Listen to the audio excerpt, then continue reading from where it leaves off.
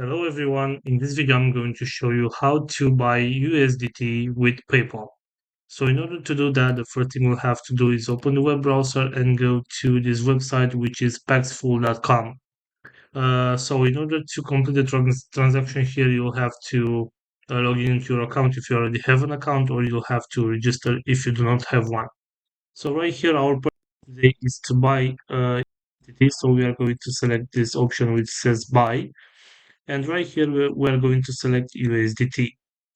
So as you can see right here, we have plenty of buying options. If you choose this button right here, show all, you would be able to see this option, online wallets, and you can select PayPal from right here.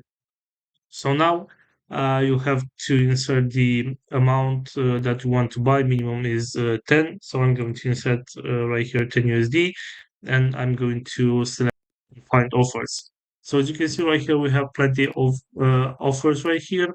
And as you can see, for each offer, we have the likes. There is like a like button right here. And if the seller has a big amount of likes, that means it is safe. So you'll have just to scroll through these offers right here. And when you find the best one for you, you can select the buy option right here. And to complete the purchase, of course, as I told you, you'll have to log into your account.